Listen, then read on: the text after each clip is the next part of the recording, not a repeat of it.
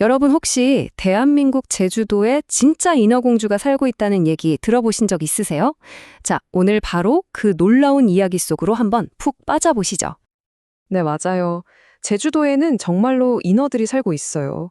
근데 우리가 어릴 때 읽던 동화책에 나오는 그런 모습과는 좀 많이 다릅니다. 아름다운 노랫소리 대신에 휘 하는 거친 숨소리를 내뿜고요. 수십 년 동안 거친 파도랑 싸우면서 생긴 깊은 주름을 가진 아주 강인한 할머니들이에요. 바로 이분들이 바다의 여인, 한국의 해녀입니다. 자, 그럼 어떻게 남자가 아니라 여자들이 이 바다를 지배하게 됐을까요?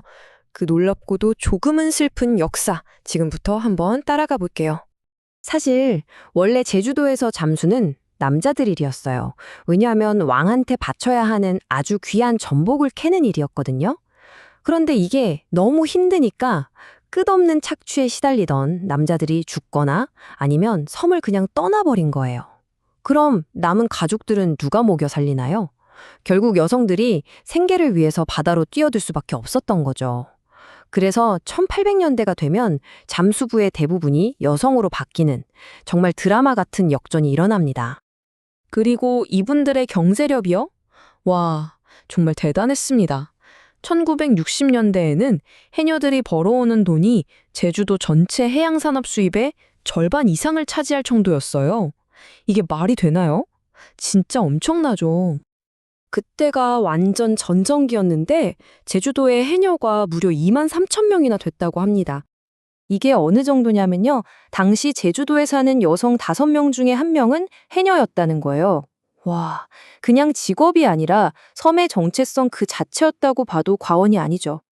자, 그럼 이번에는 산소통도 없이 바다에 들어가는 이분들의 놀라운 기술, 그리고 어떤 도구를 쓰는지 한번 자세히 들여다볼까요?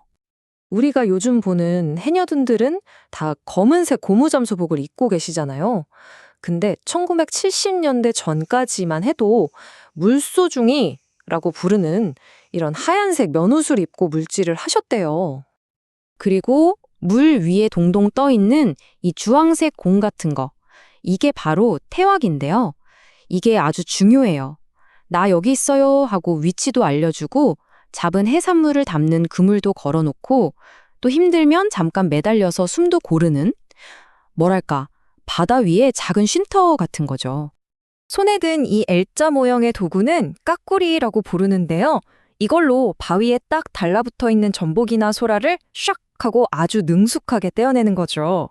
재밌는 건 이 해녀 사회에도 아주 엄격한 계급이 있다는 거예요. 실력과 경력에 따라서 땀 나뉘는데요. 가장 아래가 얕은 바다에서 일하는 하군, 그 위가 한 7, 8m 들어가는 중군, 그리고 진짜 고수들, 최고의 경지에 오른 분들을 상군이라고 부릅니다. 이 상군 해녀들은요, 정말 믿기지가 않는데 산소통 하나도 없이 그냥 허리에 납덩이만 차고 10m 깊이까지 내려가서 숨을 무려 2분 가까이 참으면서 작업을 하세요. 이게 인간의 능력인가 싶을 정도로 진짜 경이롭죠?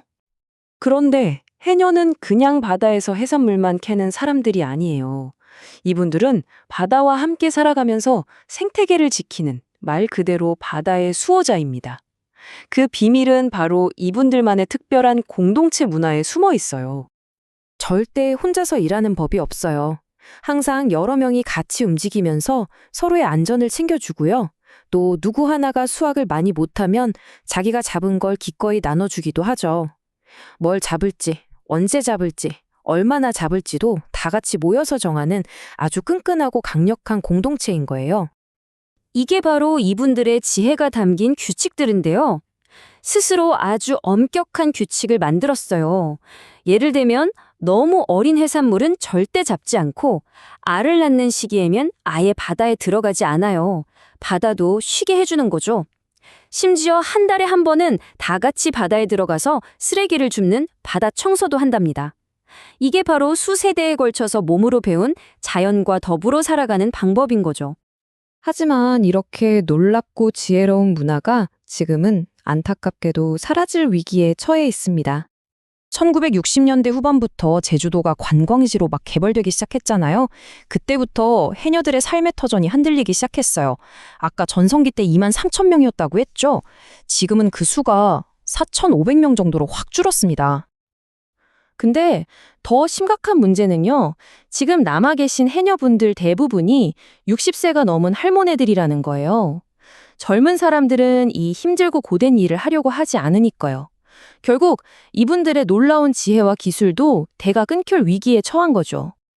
그래도 다행인 건 이런 해녀 문화를 지키려는 노력들이 계속되고 있다는 겁니다. 해녀 박물관도 만들고 해녀가 되고 싶은 사람들을 위한 해녀 학교도 운영하면서요. 이 소중한 유산이 그냥 역사 속으로 사라지지 않도록 말이죠. 정말 모든 게 빠르게 변하는 한국 사회에서 과연 이 위대한 여성들의 전통은 계속해서 이어질 수 있을까요? 이건 우리 모두가 한 번쯤 진지하게 생각해 봐야 할 문제가 아닐까 싶습니다. 하지만 한 가지는 확실해요. 언젠가 바다를 누비는 해녀의 모습은 더 이상 볼 수 없게 될지도 모릅니다. 그렇지만 수백 년 동안 거친 바다와 함께 살아온 이 강인한 여성들의 이야기는 앞으로도 이 이야기를 듣는 모든 사람들에게 아주 큰 영감을 줄 거라는 사실 말이죠.